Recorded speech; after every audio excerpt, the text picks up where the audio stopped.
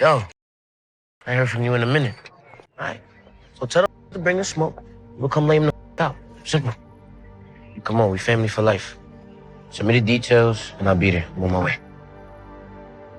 So, we've all just seen the ending of Power Book 2 Ghost, and after I've done my recap and breakdown in terms of the storyline, plot, some Easter eggs and clues, I think a lot of us Power fans, we always watch the episode back at least once. With that being said, do I agree with majority of the sentiment in the comment section that the ending felt a bit rushed? Did the characters get the right ending that they deserved? Should they have ended it any different with a few of them? And would I have personally done anything different? We're going to dissect a few of those talking points in this breakdown. However, I think if we went to beat around the bush, I think majority of us would probably agree and say, yeah, the ending probably did kind of feel a little rushed. So, I feel like the series as a whole kind of does feel incomplete. If we were to kind of look at it and think of it in terms of a puzzle, there's definitely a few pieces missing, and no matter how hard we try and find those missing pieces, we're never going to find them. Although we do have to mention, this was all written amidst a huge writer strike that lasted a very long time, and the cast and crew still did a great job in putting up a show without any delays. And also, they have left the door open for multiple spin-offs, and there are quite a few things I did like, and we are going to speak about them in this breakdown. But first, before we get to Tariq potentially being in Chicago and this phone call, who I still believe could be Tommy Egan, let's run through where they ended the story arc for each and every single character in episode 10. Now, with Noma and Detective Carter, I think both got kinda what they deserved. Noma had to go and it had to be at the hands of Kane, and with Detective Carter, he simply had to be put in jail, which I did say would be the perfect ending for someone like Detective Carter. The one thing which would be worse than death for a dirty cop like Carter would be prison. The reason being, characters like Carter and Claudia Flynn from Force, they thrive upon control and power. But what happens when you strip away this power and control away from them, where they're kind of governed by others' rules and regulations? You're not the big tough guy after all, are you? In Detective Carter's case, with him being a dirty cop, being in prison is far worse, because just imagine him being in a cell next to, or in the same ward as some criminals who he's put behind bars himself. It's a fate that really is worse than death. However, I do wish Rashad Tate figured out he was the one behind Kamal Tate's death, and the jigsaw puzzle that I referenced earlier on, this is one of the missing pieces, but could they kind of come back to it in a new Power show in the future? Maybe, who knows? If Rashad Tate's spin-off influence does get greenlit, maybe you can kind of see him finding out, so let's wait and see. An art curator thinks that I might be talented enough for a fellowship in Paris.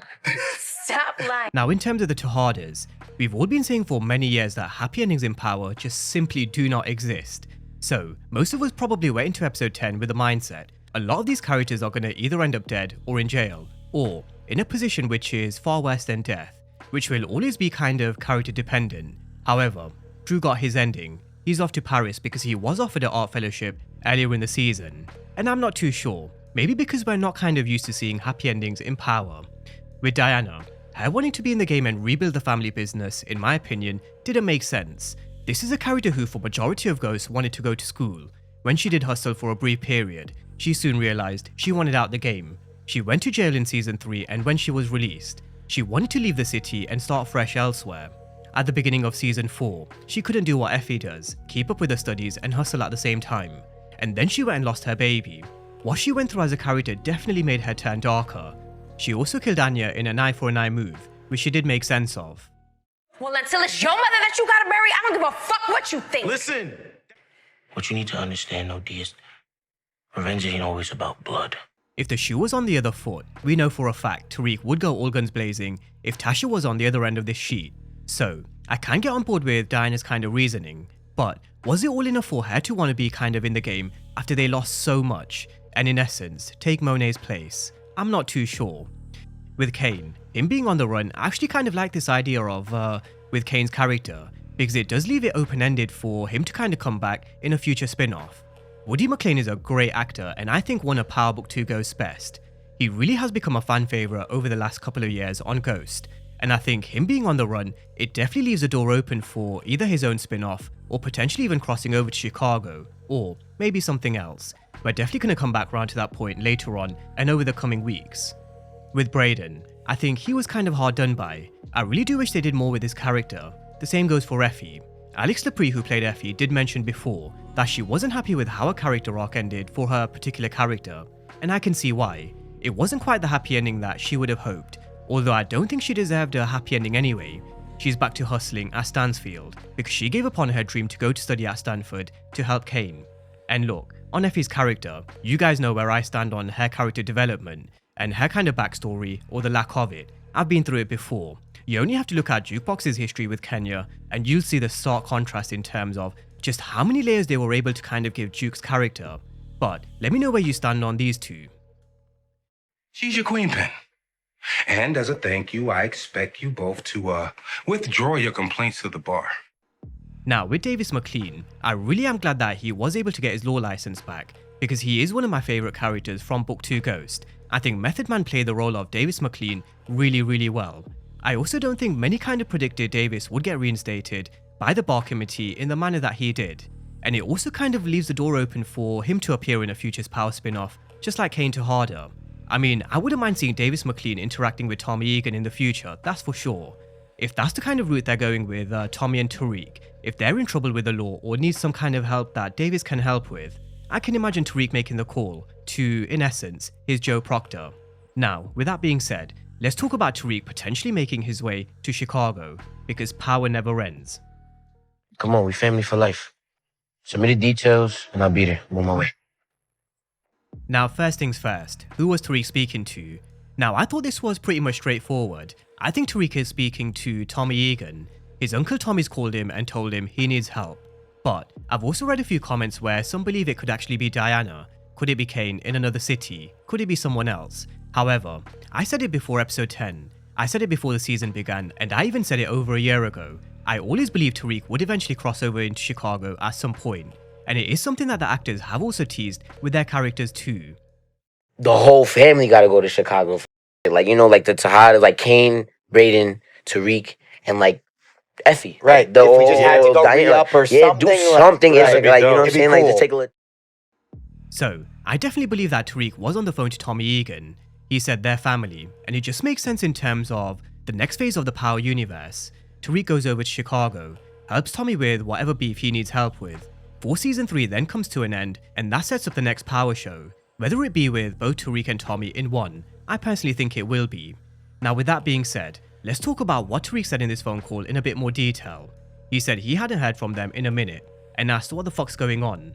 There was also a long pause, because whoever was on the other end of the phone, which I still believe is Tommy Egan, was probably explaining what's happening and why he needs help. And Tariq's response basically was, tell them to bring it, and we'll take them off the chessboard. If they want the smoke, we'll give it to them. Send him the location and he'll be there, no questions asked. And ironically, a lot of you will remember my video from last week, where I said Tariq will definitely be on his way to Chicago. I pictured them having a scene where you had Tariq driving down the highway, where you see the sign to Chicago, which would kind of leave everybody in anticipation, just waiting for Tariq to show up in force. That particular scenario didn't kind of play out as such, but what we got in terms of the after-end credit scene does basically confirm why I always thought would happen. The moment they announced both Ghost and Force's cancellation, they would always bring Tommy and Tariq together for one last big moment, although I think it's going to be more than just one moment, but we're going to get to that in just a second. I think the first question we have to ask is, if it is Tommy Egan on the other end of this phone call, why does Tommy need Tariq's help? Why is he calling Tariq out of all people? If you want to survive, you're either a civilian or a gangster. I think he probably realizes Tariq has finally chosen the path to be a gangster. Maybe he also knows that Tariq has finally become the top dog in New York. We don't actually know how much time has passed since he made this offer to Chinadu and to this phone call. So maybe Tariq's put even more in place in the streets of New York. Maybe he's got a bigger network and more soldiers. That's a bit of a mystery at this moment in time. We're just going to have to get those answers in for Season 3, which I can only assume will be at the back end of the season in episode 9 or 10.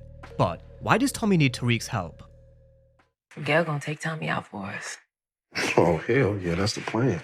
All we gotta do is sit back, grab some popcorn, watch the motherfucking show. Well, we all know at the end of 4 Season 2, Tommy was forced to shake hands with Miguel Garcia in a kind of a peace deal which was forced by Shay. He cleverly took the Russians out of the picture, which left a huge power vacuum in Chicago. If we take a look at the map in how much area the Russians actually controlled, that all now belongs to Tommy and the CBI. He also wanted Miguel Garcia's territory. However, Shay, he wasn't so keen on giving up on the Garcias just yet. They have a lot of history. and the Garcia family have been working under Shay for a very long time.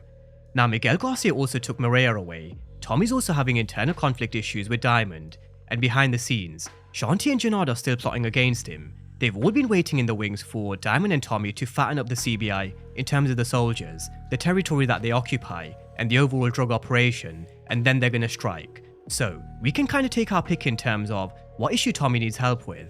It could be the war with the Mexicans. Maybe Miguel Garcia is way stronger than Tommy thought. Maybe he also has issues with Shay. Although going against the cartel, I'm not too sure that's such a great idea. Maybe Diamond, Jannard and Shanti had kind of come together to go against Tommy Egan, and he's got no soldiers, he's left with no crew. What if he still hasn't found Maria? She's in trouble, JP's in trouble, or D-Mac's been snatched and he's in trouble. What if one of them's been smoked? Tommy would only call for backup if he really was in trouble. He would only call Tariq if he really had his back against the wall and he really needed help. Otherwise, there's no way Tommy would call Tariq. Absolutely no chance. So it has to be huge. Whatever Tommy's going through in Chicago has to be huge. So, the situation in Force Season 3 might actually be that dire for Tommy Egan, where he's got no choice but to make the call. We all know there's plenty of conflicts that they've laid the foundation to already in Season 2. We've just been through a couple of them, and that kind of just gives Season 3 that much more hype and anticipation. Now, I also kind of did believe Tariq and D-Mac would also cross paths at some stage.